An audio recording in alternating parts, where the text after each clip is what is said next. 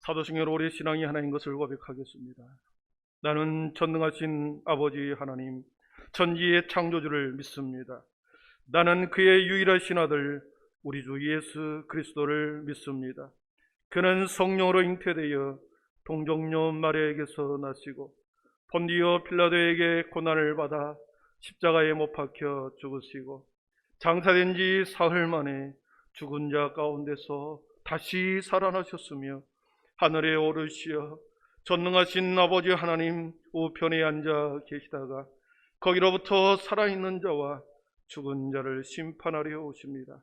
나는 성령을 믿으며 거룩한 공교회와 성도의 교제와 죄를 용서받는 것과 몸의 부활과 영생을 믿습니다. 아멘. 자, 354장입니다.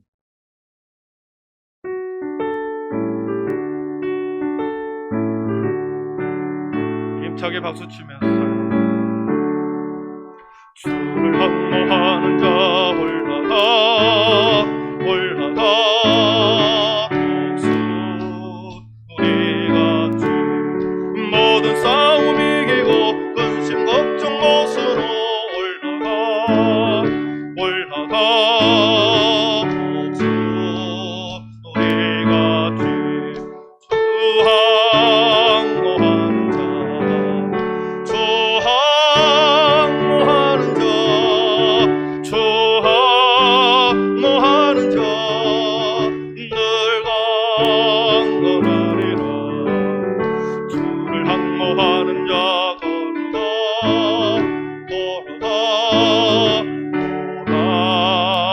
주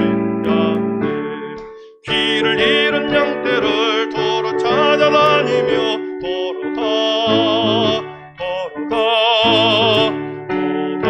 도단지 양떼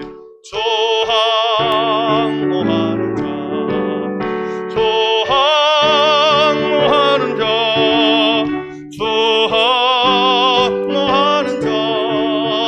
널 강건하리라. 항모하는 자 달려가 피곤치 않네. 전성문을 향하여 멸류관을 얻도록 달려가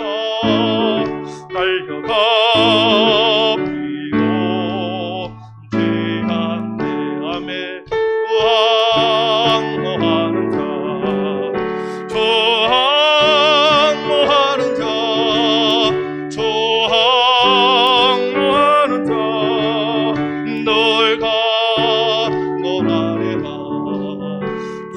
항모하는 자 올라가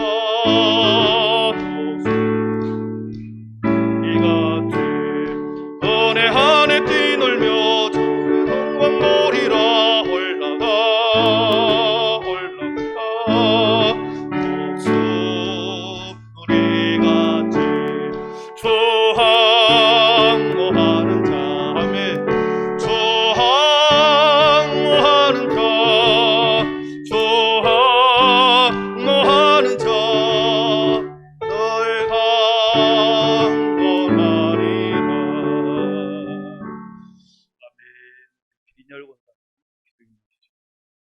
입니다. 9월은 가정의 달에 가정들에게 평안하게 살게 하여 주시옵소서. 코로나19 바이러스가 종식되게 하여 주시옵소서. 마음을 다하고 힘을 다하고 뜻을 다하여 하나님 아버지를 사랑하며 살게 하여 주시옵소서. 아멘. 알고도 모르고도 마음으로 생각으로 입술로 지은 죄 다 용서하여 주시옵소서. 아멘. 우리 목사님 성령의 기름으로 갑절의 은혜를 부어 주시옵소서. 아멘. 우리 서로 힘을 합하여 하나가 되게 하여 주시옵소서. 아멘. 처음은 미약하나 나중은 창대하게 하여 주시옵소서. 아멘. 세상에서 살아갈 때에 빛과 소금이 되게 살게 하여 주시옵소서. 아멘. 하나님 아버지 말씀 꿀송이보다 더 달게 하여 주시옵소서. 아멘.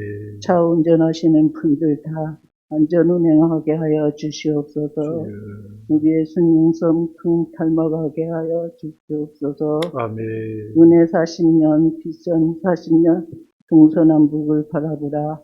내려놓읍시다. 새롭게 삽시다. 주여. 끝까지 인내합시다. 우리 하나님 아버지 의지하여 하나님은 우리를 위하여 살게 하옵소서. 아멘. 우리는 하나님을 위하여 살게 하여 주시고 살아계신 우리 구주 예수님의 이름으로 기도드렸습니다. 아멘.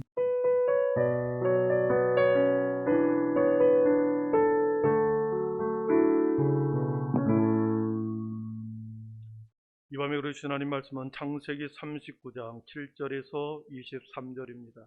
구약성경 창세기 39장 7절에서 23절 60쪽에 있습니다.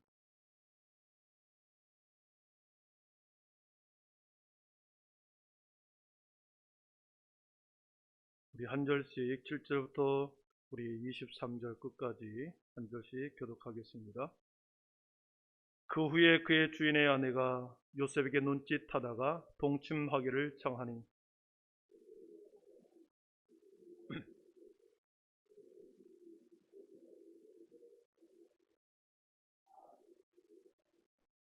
이 집에는 나보다 큰 이가 없으며 주인이 아무것도 내게 금하지 아니하였어도 금한 것은 당신뿐이니 당신은 그의 아내임이라. 그런즉 내가 어찌 이 큰 악을 행하여 하나님께 죄를 지으리이까.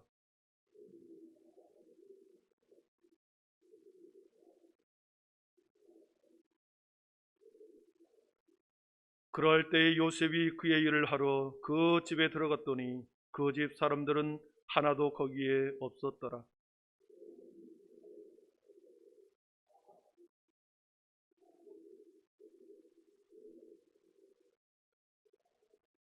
그 여인이 요셉이 그의 옷을 자기 손에 버려두고 도망하여 나감을 보고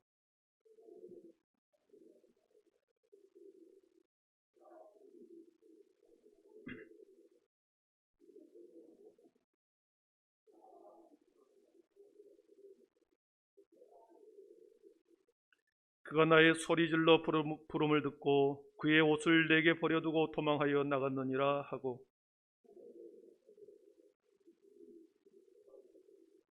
이 말로 그에게 말하여 이르되 당신이 우리에게 데려온 히브리 종이 나를 희롱하려고 내게로 들어왔으므로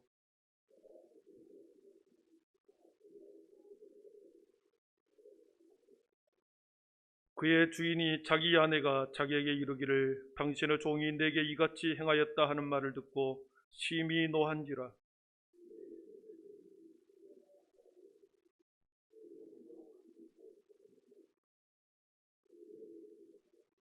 여호와께서 요셉과 함께 하시고 그에게 인자를 더하사 간수장에게 은혜를 받게 하시매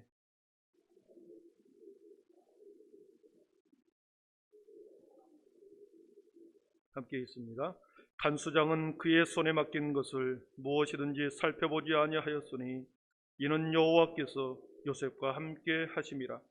여호와께서 그를 범사에 형통하게 하셨더라. 아멘. 시간에는 우리의 송합 모연되고요 나오셔서 하나님 앞에 찬양드리겠습니다.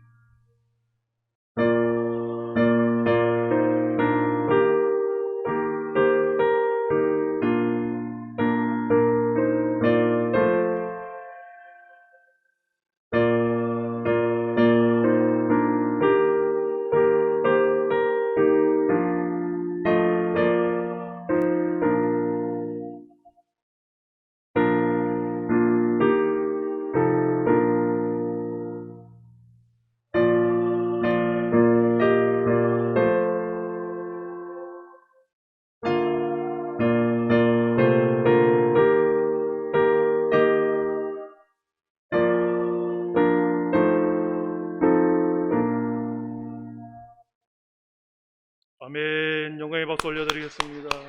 네, 감사합니다. 네, 감사합니다. 우리 광고 하나만 하겠습니다. 우리 주차장공사가 내일 1차적으로 7시 반에 1차 공사가 시작이 됩니다. 이제 기초공사로 따듬을 건 다 따듬고 난 후에 이제 아스콘을 깔게 되는데, 아스콘은 다음 주에 이렇게 깔게 될 것 같습니다. 그리고 이번 주 안에 천장에서 내려오는 그 마이크, 찬양대 마이크가 또 설치될 것 같습니다. 아무 사고 없도록 우리 교회 잘 준비되도록 여러분 기도 부탁드립니다. 우리 좌우에, 앞뒤 좌우의 사람에게 인사하겠습니다. 행복하십시오. 인사하겠습니다. 예. 믿음, 소망, 사랑의 빛이 있으라.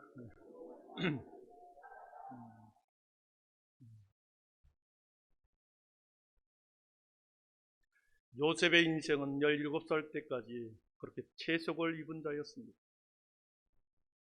아버지의 사랑을 독차지하면서, 그리고 가문의 희망이었고 아버지의 기쁨이었습니다.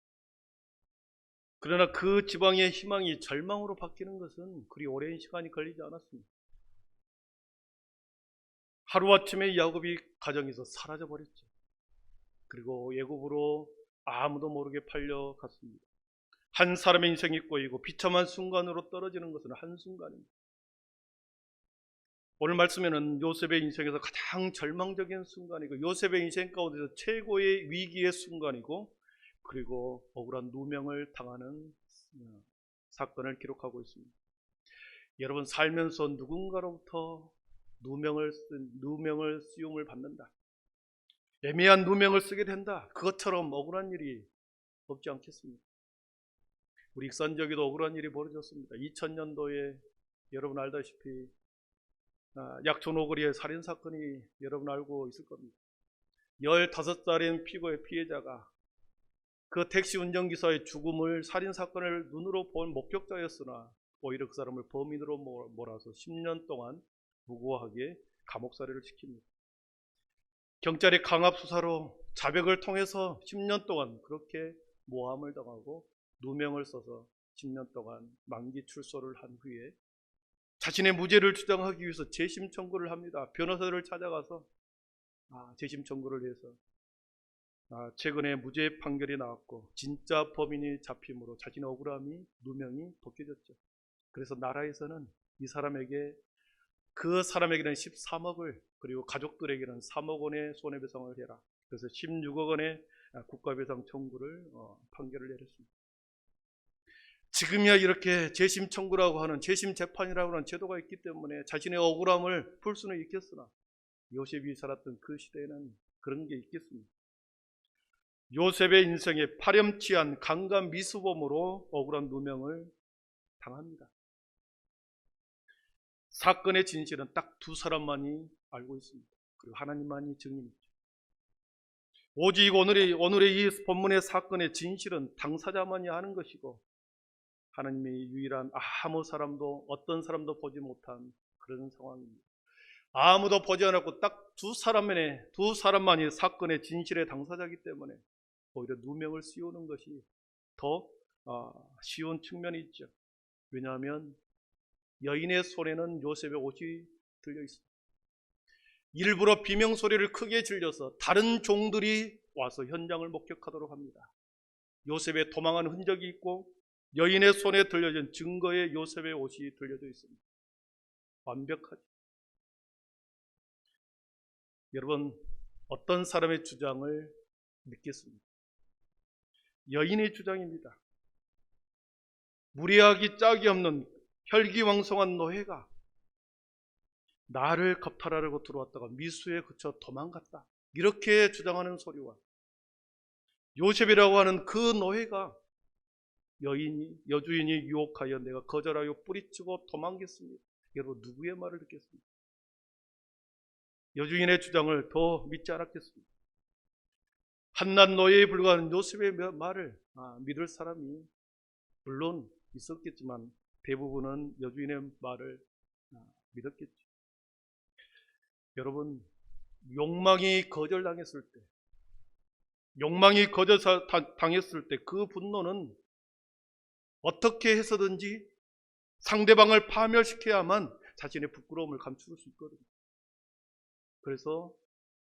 그리고 자신의 분노를 잠재울 수 있고 멈추게 할 수 있는 겁니다. 그래서 반드시 상대방을 파멸로 몰아가게 되어 있습니다. 여러분, 죄성이라고 하는 것은 사람 속에 들어있는 욕망을 죄성이라고 합니다. 모든 인간 속에는 다 욕망이 있습니다. 엄청난 죄의 욕망이 다 자리 잡고 있습니다. 그 죄의 욕망이 어떤 자극이나 어떤 기회가 제공이 되면 그 죄의 본성이 드러나고 짐승의 본능이 일어나는 거죠. 그래서 우리의 이성을 완전히 마비시켜버립니다. 우리의 인격을 마비시켜버립니다. 그래서 그 감정에 본인의 의사와는 상관없이 그것이 끌려가게 됩니다. 여주인의 잘못이 무엇일까요? 여주인의 잘못. 잘생긴 남자 노예를 보면서 건장한 청년이, 참 멋있는 청년이 돼. 그 자체로만 보고 있었다고 하면 제가 죄를 지을 수 없는 거죠. 그러나 이 여주인이 한순간에 마음속에 좋지 않는 생각이 떠올랐다고 해서 그것 자체만 가지고 죄라고 말할 수 없죠.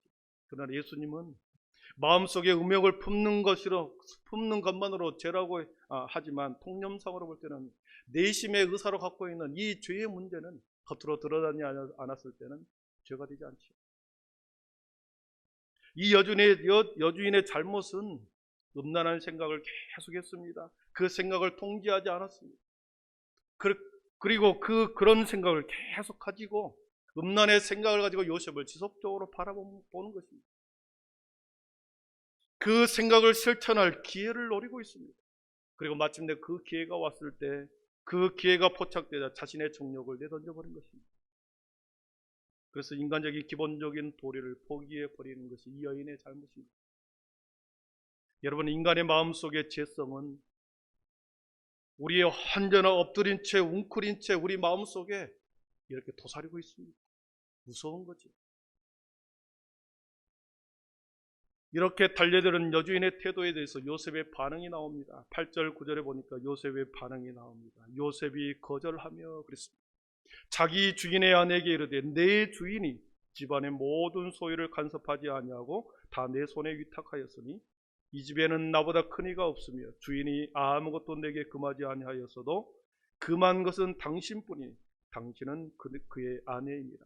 그런즉 내가 어찌 이 큰 악을 행하여 하나님께 죄를 지으리까 그랬습니다. 내가 어찌 이 큰 악을 행하여 하나님 앞에 죄를 짓겠습니까? 이 고백이 요셉을 유혹에서 건져내주는 힘이었습니다. 하나님과의 관계가 더 소중했기 때문에 요셉은 그 무서운 죄에서 자신을 그 죄에 던질 수 없다 이렇게 고백하는 거죠. 이것은 요셉이 평소에 하나님과 동행했다, 하나님과 늘 하나님 앞에서 살았다라고 하는 것을 증명해 주는 겁니다. 그렇기 때문에 죄가 들어왔을 때 예민한 알레르기 반응이 나오는 거죠. 죄에 대한 민감성, 이것이 요셉이 하나님 앞에 늘 하나님 앞에서 함께 동행했다라는 증거입니다. 죄의 유혹이 너무나도 강렬했기 때문에 요셉은 거기에 머물러 있을 수가 없었기 때문에 한순간도 그 자리에 함께 있지 않기 위해서 도망쳐 나옵니다. 여러분, 유혹의 현장에서 하나님 저를 지켜주십시오. 아무 일 없도록 저를 지켜주실 줄 믿습니다. 이렇게 기도하면 되겠습니다. 이러한 기도는 유혹의 현장에서 드리는 하나님의 저를 지켜주십시오. 이러한 기도는 죄를 그대로 수용하겠다라고 하는 내심의 마음이 거기에 있는 거죠. 그래서 그런 기도를 드리기 전에 드리는 것이 아니라 일단 그 현장을 빠져나오는 것이 가장 지혜로운 행동인 것입니다.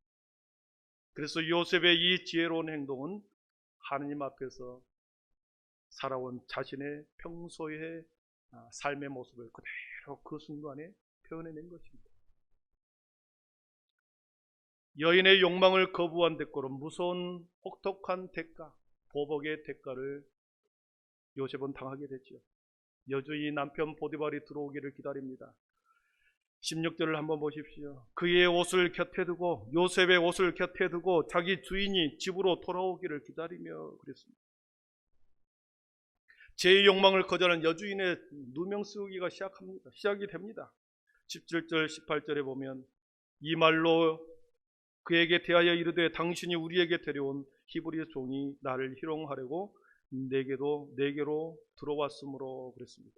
그래서 18절에 보니까 내가 소리질러 불렀더니 그가 그의 옷을 내버려 두고 밖으로 도망하여 나갔나이다. 여러분, 완벽한 누명 아닙니까? 완벽한 알리바이 아닙니까?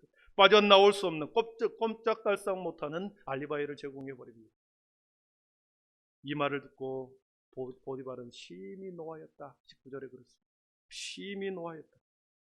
그리고 요셉의 주인이 그를 잡아 감옥에 들이니 그랬습니다. 이 말을 듣는 순간 구체적인 정황을 따져볼 겨를이 없습니다. 감정이 앞설 때는 이미 이성이 마비가 되어버린 거죠. 그래서 보디발은 자신이 그렇게 신임했고 자신의 모든 가산을 맡길 정도로 요셉에게 맡길 정도로 그게 신뢰했음에도 불구하고 감정이 앞서니 그를 한순간에 감옥에 쳐놓습니다. 조금만 신중했더라면 하는 가정이 있게 되죠. 히브리 청년 요셉의 댄데미를 보디발은 알았기 때문에 자신의 모든 가슴을 맡긴 게 아닙니까? 가정의 총무로 삼은 거 아니겠습니까? 소유 전부를 맡길 정도로 요셉을 신뢰했다라는 것이죠. 그런데 이 보디발은 이렇게 생각했습니다. 믿는 동기의 발등을 지켰습니다.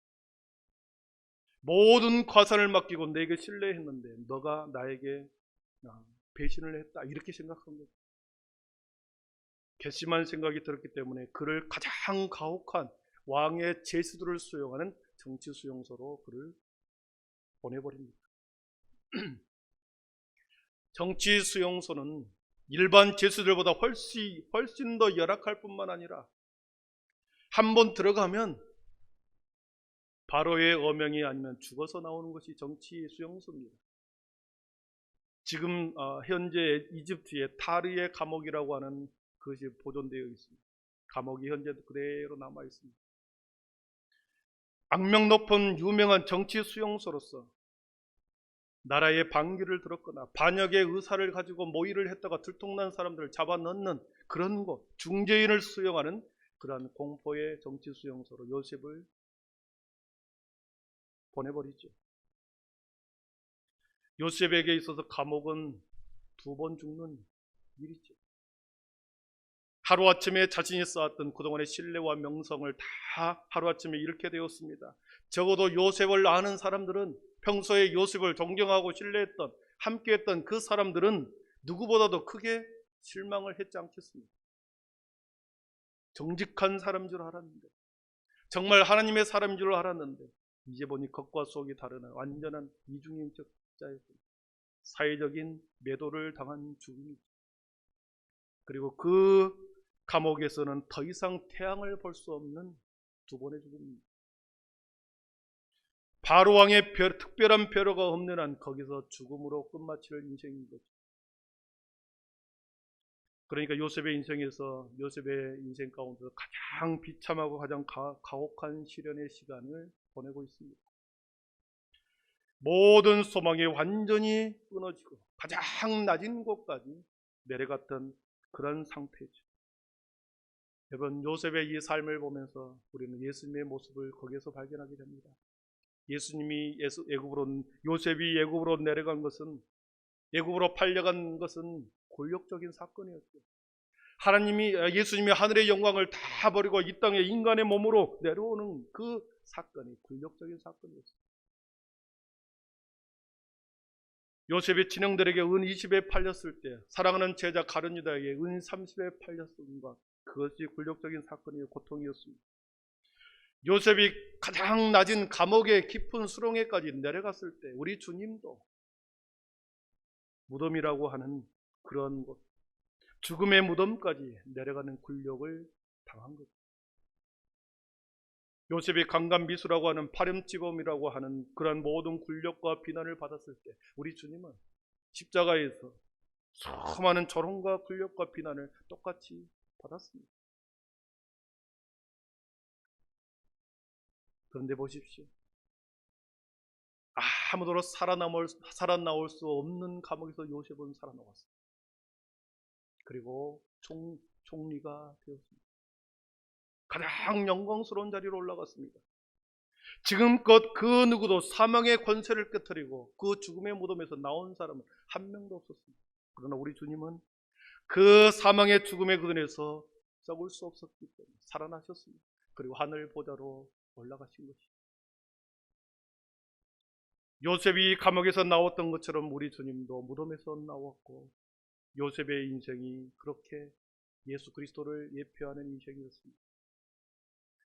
여러분, 성경의 모든 것은 예수님을 표현합니다.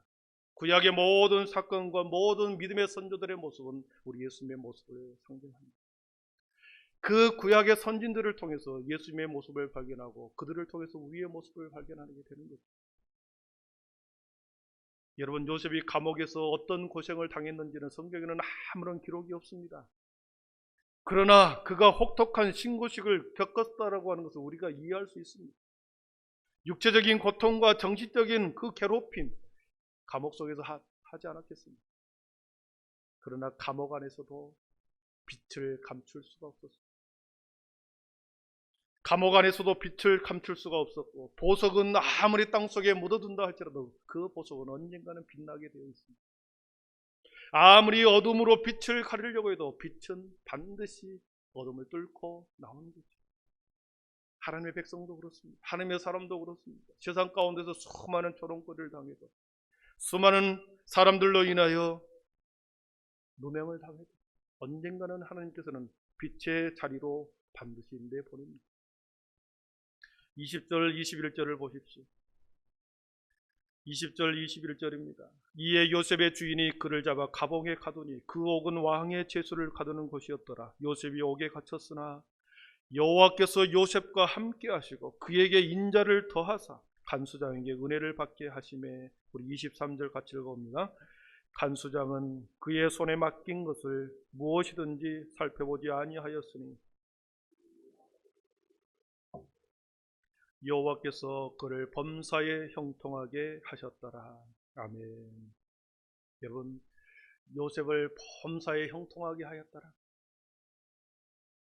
요셉이 형통케 되는 길은 감옥에서 나오는 것이죠. 그러나 하나님께서는 요셉을 감옥 속에 가둬놓고 형통한 길로 인도했다, 이런 표현입니다. 하나님께서는 요셉을 감옥 안에 가두시고 감옥 안에 가둬놓고 형통하셨다. 그것은 다른 제수들로 하여금, 다른 수많은 감옥 속에 있는 제수들로 하여금 감옥 안에서 요셉을 인정하게 하는 것이었고, 요셉을 사랑하게 하기 위함이었고, 그의 지혜로 감옥 안에서의 모든 일어나는 일들을, 어려운 일들을 요셉을 통하여 완만하게 해결시켜 주어 보게 하기 위함이었습니다. 왜 하나님께서는 요셉을 감옥에 두신 채 형통하게 하셨을까 하는 것입니다. 왜냐하면 하나님의 일에는 때가 있기 때문에 그렇습니다. 사람의 일에는 때가 없습니다. 아무 일이든지 마음 내키는 대로 하면 됩니다. 세상 일은 그렇죠. 그러나 하나님의 일은 그렇지가 않습니다. 반드시 때가 있습니다. 그 때가 되기까지는 하나님이 묶어둔 그 묶음을 풀어놓지 않습니다. 하나님의 때가 되어야, 반드시 그 때가 되었을 때 하나님께서는 그 사람을 풀어놓습니다.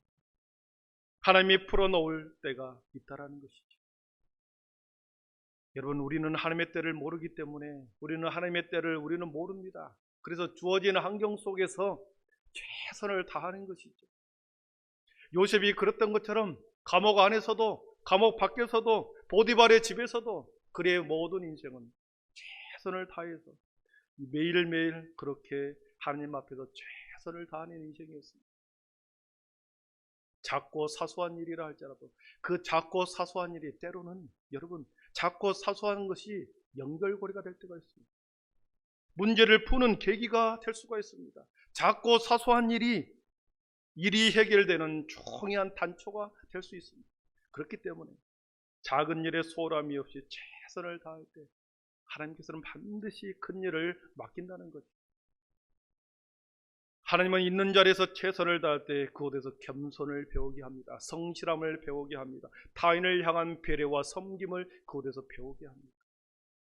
그리고 그런 사람이 될 때 하나님께서는 하나님의 때에 그 사람을 묶었던 그 줄을 풀어놓은 거죠. 주님이 풀어놓으시면 주님이 쓰시겠다고 하는 그 나귀처럼 하나님이 묶어놓았던 그 줄을 풀어놓고 주님이 쓰시겠다고 할 때 그 사람의 인생은 형통의 인생이 되는 것입니다. 저와 여러분들이 그런 사람 되기를 축복합니다. 준비된 사람을 하나님의 때가 되어 세상에 풀어놓을 때 그 사람을 통하여 환난의 때를 면하게 하고 그 사람을 통하여 수많은 사람을 살리는 놀라운 일을 감당하게 하시는 겁니다. 말씀을 정리하겠습니다. 요셉의 재상의 수업을 어디서 받았을까요? 한나라의 국무총리로 되는 재상의 수업을 어디서 받았습니까? 가장 낮은 곳이 감옥에서, 그리고 수많은 모함 속에서, 노예 생활 속에서 그는 재상의 수업을 받았습니다. 가장 절망과 위기를 맞으면서도 가장 낮은 곳으로 내려가면서도 가장 낮은 곳으로 내려갔음에도 불구하고 요셉은 하나님에 대한 원망도 불평도 한마디 하지 않습니다. 그 자리에서 어떤 상황에 놓여 있든지 간에 자신에게 주어진 상황 속에서 요셉은 최선을 다했다라는 거죠. 그것을 통하여 그는 하나님을 신뢰했고 그것을 통하여 하나님을 믿음을 단련했고 상황에 적응함으로 참고 견디는 인내를 습득한 거죠. 거기서부터 재상의 수업은 시작이 되었던 것입니다. 우리의 인생에서 가장 현명한 사람은 누구입니까? 현명한 사람은 인생의 깊은 바닥에 내려갔을 때 거기에서 인생의 기본기, 신앙의 인격을 거기서 탄탄히 튼튼하게 쌓고 닦는 사람입니다. 한나라의 재상으로서 수업을 그가 감옥에서 인생의 깊은 어둠의 골짜기에서 그는 재상의 수업을 받고 기본기를 튼튼하게 했습니다. 그래서 그는 이스라엘의 예굽의 거대한 나라의 총리로 많은 사람을 살리는 환난의 때를 극복하게 하는 준비된 사람이 되었습니다. 사랑하는 성도 여러분, 저와 여러분이 우리 교회가 그렇게 준비되기를 축복합니다. 코로나 때는 반드시 지나갑니다. 올해 아니면 내년이 아니면 전년에 반드시 빠져나올 것입니다. 우리가 지금 여기서 준비해야 할 것은 기본기를 튼튼히 준비하는 것입니다.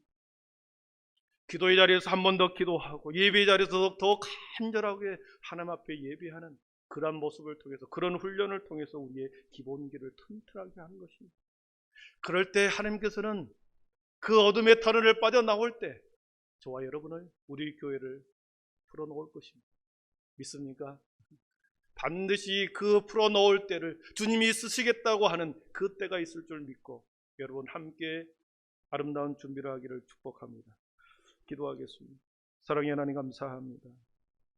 요셉이 가장 낮은 곳, 감옥의 깊은 곳, 가장 정치 수병범으로서의 힘든 곳으로 내려갔을 때 요셉은 그 상황에 적응하고 그 상황에서 그의 인격과 그의 신앙과 믿음을 단련했고 믿음의 기본기를 튼튼하게 단련함으로 어떤 경우에도 흔들림이 없는 하나님에 대한 온전한 신뢰함 속에서 태어났을 때 그를 가장 높은 곳으로 세워주셨습니다. 사랑의 하나님, 이 코로나와 우리를 향하여 닥치는 수많은 어려움 속에서도 우리가 그것을 두려워하거나 염려하거나 불평하거나 원망하는 것이 아니라 오히려 그 환난을 통해서 우리에게 닥치는 수많은 어려운 문제를 통해서 우리의 믿음의 기본기를 튼튼하게 함으로 하나님께서 하나님의 때에 준비된 사람이 되게 하여 주시고 하나님의 때에 준비된 교회가 되게 하여 주셔서 하나님의 때에 풀어놓을 때 마음껏 주님의 사역을 감당하는 우리 모두 우리 교회 되게 하여 주시옵소서. 예수님의 이름으로 기도하옵나이다. 아멘. 여호와께 돌아가자. 우린 돌아서도 그는 변치 않네.